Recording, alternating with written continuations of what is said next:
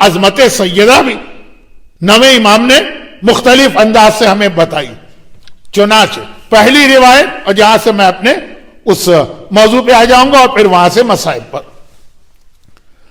راوی نویں امام کی خدمت میں پہنچتا ہے اور کہتا ہے کہ مولا میں ہر سال حج پہ جاتا ہوں اور پھر جب وہاں جاتا ہوں مکے میں تو ایک عمل خود سے کرتا ہوں. لوگوں سے مطلب اس کے اپنے جاننے والے یعنی سارے مومنین، ان کو اس پر اعتراض ہوا اور وہ کہتے ہیں کہ نہیں یہ عمل ٹھیک نہیں، یہ نہیں کرنا. بہت ساری چیزیں ایسی ہوتی ہیں نا جو معاشرے میں ہر آدمی اپنے اندازے سے مشہور کر لیتا. جیسے مثلا ہندوستان اور پاکستان کے بعض علاقوں میں رواج ہے کہ اگر کسی امام معصوم کی شہادت کی مجلس ہو تو اس میں یا اس دن اپنے مرنے والوں کو یاد نہیں کرنا مثلا. تو ایسے بہت سارے ہر جگہ کے اپنا ایک سسٹم ہوتا. تو مولا میں جاتا ہوں حج پر. اب حج پر جب آدمی جاتا ہے تو وہاں اس کے پاس وقت بھی زیادہ ہوتا ہے اور کوئی اور ایکٹیویٹی بھی نہیں ہوتی. ساری ایکٹیویٹیز سے اپنے آپ کو بچا کے آیا ہے نا. عورتیں ہیں تو وہاں یہ مسئلہ نہیں کہ بچوں کو اسکول کے لیے تیار کرنا اور کھانا پکانا اور فلاں تیاری کرنا اور شادی میں جانا اور میک اپ کرنا اور بیوٹی پارلر میں جانا ہے. اور مرد ہیں آفس جانا ہے اور کچھ بھی نہیں، خالی بیٹھے. تو عبادت ہی عبادت کرتے ہیں. انتہائی عبادت سے بھاگنے والے بھی وہاں جا کے عبادت کے شوقین بن جاتے ہیں. تو کہتے ہیں میں جاتا ہوں، وقت ہے میرے پاس. اور وہ یہ ہے کہ میں خانہ کعبہ میں کبھی کبھار معصومین کے لیے، آپ کے لیے یا آپ کے والد کے لیے طواف کرتا ہوں. طواف یعنی خانہ کعبہ کے گرد گھومنا، وہ ایک بہت بڑی عبادت ہے. بلکہ تقریباً سارے شیعہ علماء کا نظریہ ہے تقریباً کہ مکہ مکرمہ میں سنت نماز سے زیادہ ثواب سنت طواف کا. اللہ کبھی آپ کو لے کے جائے. ہم تو جانے کے بعد اس سال محروم ہے تو دل تڑپ رہا. تو جو نہیں گئے ہیں ان کو اتنا اندازہ نہیں ہے، لیکن ایک بار چلے جائیے تو آپ کو وہاں پہ وہ لطف و مزہ آئے گا کہ دنیا کے سارے مزے اس کے آگے ہیچ ہے. پھر نہ کبھی آپ ڈزنی لینڈ جانے کی بات کریں گے، نہ سوئٹزرلینڈ جانے کی بات کریں گے، نہ سنگاپور جانے کی بات کریں گے. مکہ خانہ کعبہ طواف.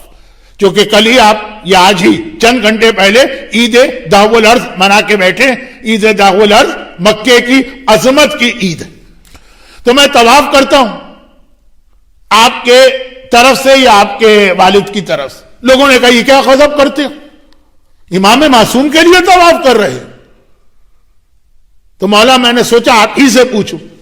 امام نے فرمایا تو بالکل ٹھیک کرتے ہو، اور جو کر رہے اس طریقے کو جاری رکھو. ختم ہو گئی بات. 3 سال کے بعد اب امام تو ہر سال حج پر آتے ہیں. دوران حج یعنی حج کے لیے جب آپ جاتے ہیں تو جو اسٹے آپ کرتے ہیں اس میں ایک اہم ترین عبادت ہے خانہ کعبہ کا طواف.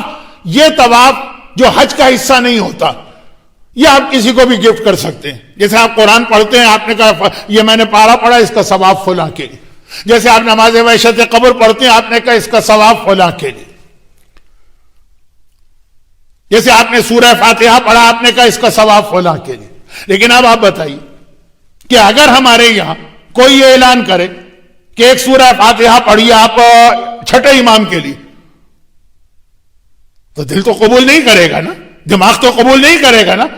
یہی راوی کو اس کے دوستوں نے کہا کہ طواف جیسے فاتحہ، جیسے نماز وحشت، جیسے قرآن عبادت ہے نا، طواف بھی ایک عبادت، تم امام کے لیے طواف کر رہے ہو. تو امام نے کہا نہیں بالکل صحیح کر رہے. ختم بات. 3 سال بعد پھر اس کی ملاقات حج میں ہی نویں امام سے ہوئی. اس نے کہا مولا وہ آپ نے 3 سال پہلے مجھے بتایا تھا کہ آپ لوگوں کی طرف سے میں طواف کر سکتا ہوں. اب اس میں کچھ اضافہ میں نے خود کر لیا ہے، لیکن ڈر رہا ہوں کہ کہیں غلط نہ ہو. یہ جذبہ ہمارے یہاں ہر مومن اور مومنہ میں پیدا ہو جائے کہ اسلام میں کوئی نئی چیز ایڈ کرنے سے پہلے جا کے کنفرم کر لیں کہ یہ جائز ہے کہ جائز نہیں.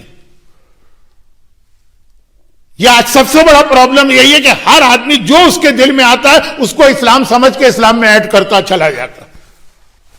بعض اوقات کوئی چیز آپ کو اچھی بھی لگے، ہو سکتا ہے کہ اللہ کو اچھی نہ لگے، کوئی چیز آپ کو بری لگے، آپ اس کو اسلام میں سے ڈیلیٹ کر دیں، جیسے اس کے دوستوں نے کہا یہ طواف ڈیلیٹ کر دو، اور پتہ چلے وہی امام کو پسند ہے۔ تو خیر، اب یہ بات اسی جملے کو بڑھا کے پوری مجلس الگ سے بنا سکتا ہوں، لیکن وقت نہیں۔ کہا مولا ایک چیز میں نے ایڈ تو کر دی ہے، ڈر بہت رہا ہوں، آپ سے پوچھتا ہوں، اور وہ یہ ہے کہ آپ سے تو میں نے یہ پوچھا تھا آپ کے لیے طواف، اب رسول خدا کو رتبہ تو سب سے بلند ہے نا، میں نے اب طریقہ یہ اختیار کیا ہے جو اس سال پچھلے حج میں، کہ اب میں آتا ہوں، کئی دن کا اسٹے نا، پہلے دن رسول خدا کے لیے طواف کیا، دوسرے دن امام علی کے لیے طواف کیا، تیسرے دن امام حسن کے لیے، 9 دن تک میں نے طواف کیا، 8 امام پلس رسول خدا، 9، 10ویں دن آپ کے لیے طواف کیا جس کی آپ آلریڈی اجازت دے چکے۔ لیکن اب یہ جو میں نے رسول خدا اور امام علی کے لیے طواف کیا 8-9 دن تک، یہ روزانہ ہر 10 دن میرا یہ اسٹائل، پھر 10 دن کے بعد دوبارہ سلسلہ شروع۔ امام نے کہا بالکل ٹھیک کرتے ہو، جو تم کر رہے ہو بالکل ٹھیک کرتے ہو۔ کہا میں اس لیے ان کے لیے طواف کرتا ہوں کہ میں نے جو دین اسلام لیا وہ ان کی ولایت والا لیا۔ نویں امام نے کہا تو نے وہی دین لیا ہے جو اللہ نے اپنے بندوں کے لیے منتخب کیا ہے، جو بغیر ولایت کے ہے ہی نہیں۔ اب یہاں سے ولایت سلسلہ حدیث ہے، سلسلہ تو ذہب میں ولایت کا پیغام، لیکن باتیں بہت زیادہ ہو جائیں گی، میں نویں امام پر ہوں۔ کہا بالکل ٹھیک کرتے ہو۔ راوی نے کہا مولا ڈرتے ڈرتے ایک بات اور پوچھ لوں۔ بعض سوال بھی ایسے ہوتے ہیں نا کہ آدمی پوچھنا بھی چاہتا ہے، ڈر بھی لگ رہا ہے۔ آپ کی دادی فاطمہ زہرا عصمت و طہارت کی عظیم منزل، کبھی کبھار میں ان کے لیے بھی طواف کر لیتا ہوں، لیکن ایک ڈر و خوف تو ہوتا ہے نا۔ ایسی معصومہ عالم کے لیے مجھ جیسا گناہگار طواف کرے؟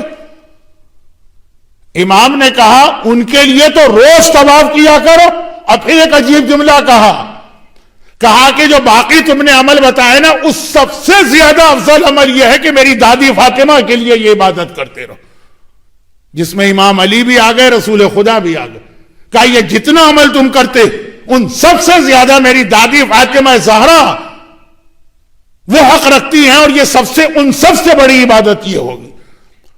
ادھر مصائب زہرا پہ آنسو بہانے والا خالی آنسو بہانا نہیں، انتقام کا جذبہ رکھنے والا وہ ہمارا نواں امام ہے۔ ادھر عظمت سیدہ اور فضائل سیدہ کو بیان کرنے والا یہ ہمارا نواں امام۔